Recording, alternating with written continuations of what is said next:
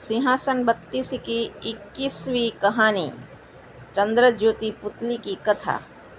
इस बार भी राजा भोज सिंहासन पर बैठने के लिए आगे बढ़ते हैं और तभी 21वीं पुतली चंद्रज्योति वहां प्रकट होती है। चंद्रज्योति राजा भोज को रोकती है और साथ ही उन्हें राजा विक्रमादित्य के गुणों के जुड़ी एक कहानी सुनाती है, जो इस प्रकार है। एक बार राजा विक्रमादित्य ने राज्य में एक यज्ञ कराने का सोचा। वह उस यज्ञ में चंद्रदेव को भी बुलाना चाहते थे, लेकिन वो इस सोच में पड़ गए कि आखिर चंद्रदेव को बुलाने कौन जाएगा।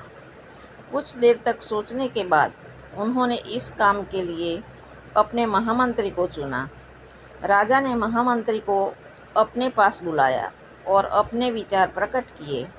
तभी एक नौकर दौड़ते दौड़ते वहां पहुंचा। नौकर को देखकर महामंत्री उसके पास गए। नौकर ने उनके कान में धीरे से कुछ कहा, जिसे सुनने के बाद महामंत्री दुखी हो गए और राजा से विदा लेकर वहां से चले गए। महामंत्री के यूं अचानक जाने से राजा को लगा कि कुछ परेशानी की बात है। इस बारे में उन्होंने उस नौकर से पूछा।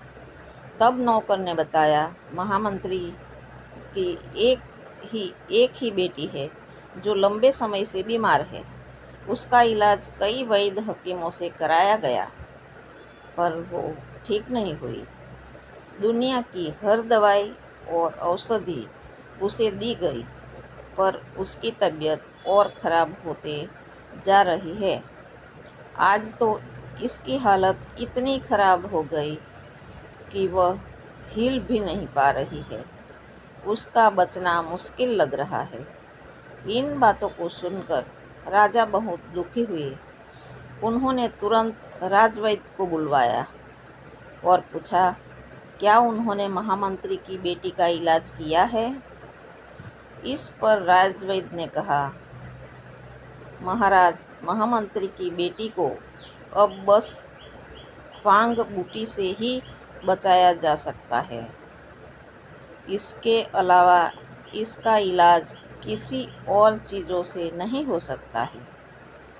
लेकिन यह बूटी बहुत मुश्किल से मिलती है।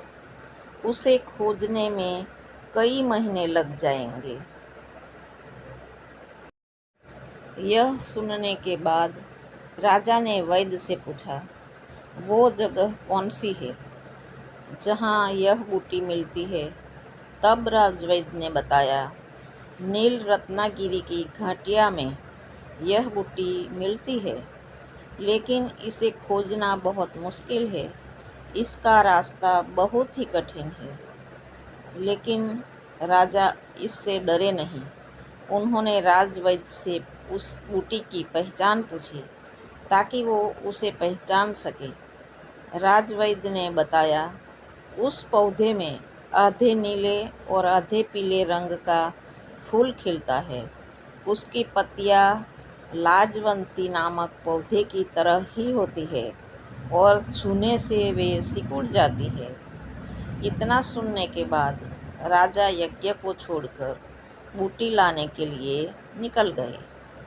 उन्होंने तुरंत दोनों बेतालों को याद किया। बेताल उन्हें लेकर नील रत्नागिरी पहुँचे। राजा यहाँ से अकेले बूटी खोजने के लिए आगे बढ़ गए।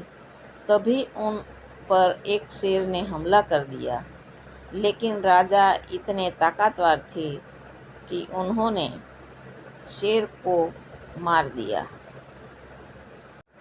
इसके बाद वो और आगे बढ़े।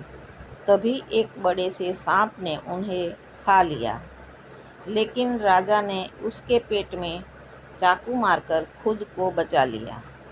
बूटी खोजते खोजते शाम हो गई। राजा ने सोचा कि थोड़ा आराम कर लिया जाए, फिर बूटी खोजेंगे। रात में उन्होंने सोचा कि काश चंद्रदेव बूटी खोजने में उनकी मदद कर दे। तभी एक चमत्कार हुआ और चारों तरफ रोशनी फैल गई। राजा ने जब उठकर देखा तो उन्हें वो नीले और पीले रंग का फूल लगा पौधा दिखाई दिया। जब उन्होंने उसकी पत्तियों को छुआ तो वो सिकुड़ गई। राजा को समझ आ गया कि यह वही बूटी है जिसे वो ढूंढने आए थे। उन्होंने तुरंत उस बूटी को अपने झोले में भर लिया। जैसे ही वो जाने लगे तभी चंद्रदेव उनके सामने आ गए और उन्होंने राजा को अमृत दिया। साथ ही कहा कि अब यह अमृत ही महामंत्री की बेटी को ठीक कर सकता है और कोई बूटी नहीं कर सकती। चंद्रदेव ने राजा को कहा कि तुम्हारी मदद की भावना देख मैं बहुत खुश हूँ। उन्होंने राजा को यह भी बताया कि अगर वो यज्ञ में आएंगे तो दुनिया के कई भागों में अंधेरा छा जाएगा, इसलिए वो वहाँ नहीं आ सकते। इसके बाद उन्होंने राजा को आशीर्वाद दिया और वहाँ से चले गए। इसके बाद राजा तुरंत अपने महामंत्री के घर पहुँचे और अमृत पिलाकर उनकी बेटी को ठीक कर दिया। इसके बाद महामंत्री खुश हो गए और उन्होंने राजा को धन्यवाद दिया। कहानी समाप्त होते ही 21वीं पुतली चंद्रज्योति ने राजा भोज से कहा कि अगर आप में भी राजा विक्रमादित्य की तरह हिम्मत और अपनी प्रजा के लिए प्रेम की भावना है तो सिंहासन की ओर आगे बढ़े। यह कहकर चंद्रज्योति वहाँ से उड़ जाती है और राजा भोज सोच में पड़ जाते हैं। इस कहानी को पढ़ने के बाद बच्चों हमें यह सीख मिलती है कि हमें हमेशा दूसरों की मदद करनी चाहिए, जैसा इस कहानी में राजा ने मंत्री की बेटी के लिए किया है। सिंहासन 32 की 22वीं कहानी अनुरोधवती पुतली की कथा। राजा भोज एक बार फिर सिंहासन की ओर बढ़े और तभी 22वीं पुतली अनुरोधवती ने वहां पर आ गई। उसने राजा भोज से कहा कि मैं तुम्हें राजा विक्रमादित्य की एक कहानी सुनाऊंगी। उसके बाद यह फैसला करना कि आप सिंहासन पर बैठने लायक हो या नहीं। इसके बाद 22वीं पुतली ने कहानी सुनाना शुरू किया। राजा विक्रमादित्य कला प्रेमी थे और अच्छे कलाकारों को सम्मानित करते थे। वह अपने दरबार में मौजूद योग्य लोगों का भी बहुत सम्मान करते थे। उन्हें चापलूसी बिल्कुल भी पसंद नहीं थी। राजा विक्रमादित्य के इस स्वभाव के बारे में जानकर एक दिन यह युवक उनसे मिलने उनके दरबार पहुंचा। उस युवक को कई शास्त्रों का ज्ञान था और हमेशा खरी बात ही बोलता था। उसका यह स्वभाव अक्सर राजाओं को पसंद नहीं आता था, जिस कारण उसे हर राजा अपने यहाँ नौकरी से निकाल देता था। बार बार नौकरी से निकाले जाने के बाद भी उसने अपने प्रकृति और व्यवहार को बदला नहीं था। जब वह राजा विक्रमादित्य के दरबार पहुंचा तो उस समय वहां संगीत का रंगारंग कार्यक्रम चल रहा था। वह राजा के आदेश का इंतजार करने लगा। वह दरबार के दरवाजे पर खड़ा होकर संगीत सुन रहा था, जिस सुनकर वह धीमी आवाज में बोला, दरबार में बैठे हुए लोग नासमझ है। इनके संगीत की बिल्कुल भी समझ नहीं है। साजिंदा गलत धुन बजा रहा है, फिर भी कोई उसे रोक नहीं रहा है। उसे बोलते हुए वहां खड़े द्वारपाल ने सुन लिया, जिससे उसका चेहरा गुस्से से लाल हो गया। उसने युवक से कहा, महाराज विक्रमादित्य सच्ची कला के प्रेमी है और वह खुद दरबार में मौजूद है।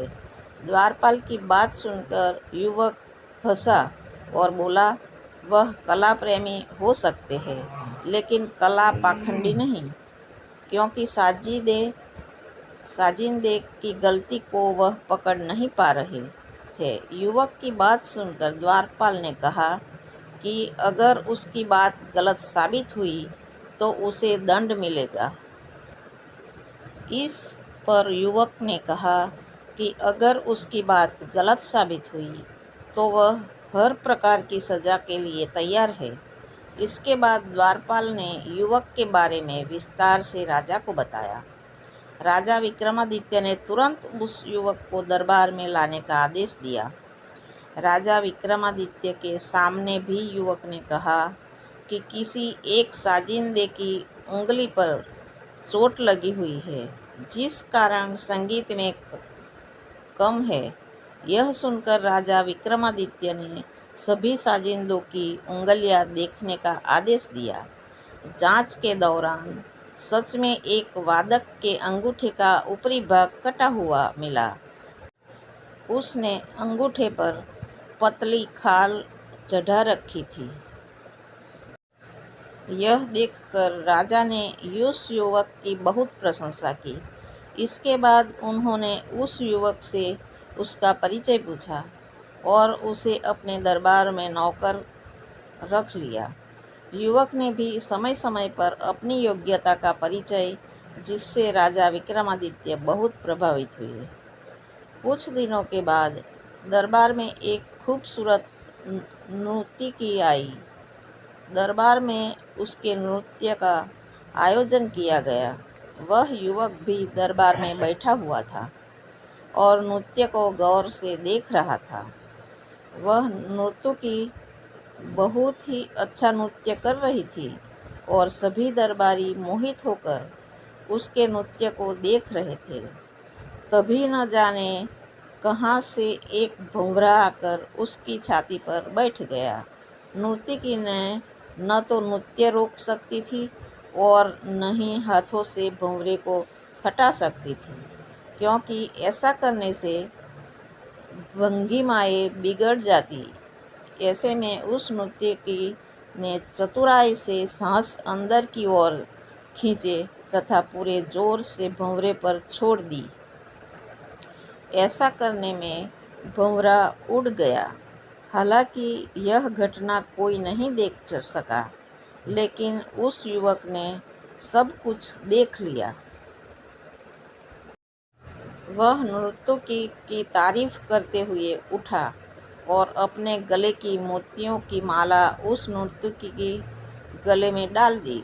यह देखकर सभी दरबारी हैरान हो गए। दरबार में मौजूद लोग कहने लगे कि राजा के होते हुए दरबार में किसी और का इस तरह से इनाम देना राजा का सबसे बड़ा अपमान है। युवक का यह व्यवहार राजा विक्रमादित्य को भी यह पसंद नहीं आया और उन्होंने युवक से ऐसा करने के पीछे का कारण बताने को कहा। इस पर युवक ने भंवरे वाली सारी घटना राजा को विस्तार से बताई। उसने कहा कि नर्तकी ने जिस तरह से सुर, लय, ताल और भाव भंगिमा के बीच सामंजस्य रखते हुए जिस सफाई से भंवरे को उड़ाया, वह इनाम के काबिल है। जब विक्रमादित्य ने नर्तकी से पूछा तो उसने युवक की बातों का समर्थन किया। यह सुनकर राजा विक्रमादित्य ने नर्तकी की और उस युवक बहुत तारीफ की। अब उनकी नज़र में उस युवक का महत्व और बढ़ गया। अब तो जब भी किसी भी समस्या का हल ढूंढना होता तो राजा विक्रमादित्य उसकी बातों पर जरूर गौर करते। ऐसे ही एक दिन दरबार में चर्चा शुरू हुई कि बुद्धि और संस्कार के बीच क्या संबंध है। दरबारियों का कहना था कि बुद्धि से ही संस्कार आते हैं, लेकिन वह युवक उनकी बातों से सहमत नहीं था। उसका कहना था कि संस्कार आनुवंशिक होते हैं। जब इस मुद्दे पर एक राय नई बनी तो विक्रमादित्य ने इसका एक हल निकाला। राजा ने नगर से दूर जंगल में एक महल बनवाया और उसमें गूंगी और बहरी नौकरानियों को रहने का आदेश दिया। साथ ही 4 नवजात शिशुओं को उन नौकरानियों की देखरेख में रखा गया। इनमें से एक शिशु राजा विक्रमादित्य का था, जबकि एक महामंत्री का, एक कोतवाल का और एक ब्राह्मण का था। जब 12 वर्ष के बाद चारों बच्चे दरबार में पेश किए गए तो राजा विक्रमादित्य ने बारी बारी से उनसे पूछा, क्या तुम ठीक है? चारों ने अलग अलग जवाब दिए। राजा के बेटे ने कहा, सब कुशल है। वही महामंत्री के बेटे ने कहा कि यह संसार नश्वर है, जब आने वाले को जाना है तो कुशलता कैसी? कोतवाल के बेटे ने कहा कि चोर चोरी करते हैं और नाम खराब निरपराधी का होता है। ऐसी हालत में कुशलता की सोचना बेकार है। अंत में ब्राह्मण के बेटे ने कहा कि जब आयु दिन ब दिन घटती जाती है तो कुशलता कैसी? चारों की जवाब सुनकर उस युवक की बातों की सच्चाई सामने आ गई। राजा का बेटा निश्चित भाव से सब कुछ कुशल मानता था और मंत्री के बेटे ने तर्कपूर्ण उत्तर दिया। इसी तरह कोतवाल के बेटे ने न्याय व्यवस्था की चर्चा की, जबकि ब्राह्मण के बेटे ने दार्शनिक उत्तर दिया। ये सब कुछ आनुवंशिक संस्कारों के कारण हुआ, जबकि सभी का पालन पोषण एक साथ और एक तरह से हुआ। फिर भी चारों के विचारों में अपने संस्कारों की तरह अंतर था। इस प्रकार सभी दरबारियों ने मान लिया कि युवक बिल्कुल सही है। इतना कहकर 22वीं पुतली वहाँ से उड़ गई और राजा भोज एक बार फिर इस सोच में पड़ गए कि क्या राजा विक्रमादित्य की तरह वह भी सच्चे और अच्छे लोगों की परख करने के काबिल है या नहीं। बच्चों, इस कहानी से हमें यह सीख मिलती है कि जो व्यक्ति हमेशा सच बोलता है और गलत का साथ नहीं देता है, उसका हमेशा समर्थन करना चाहिए। ऐसे लोग कभी भी गलत सलाह नहीं देते और हमेशा सही राह दिखाते हैं।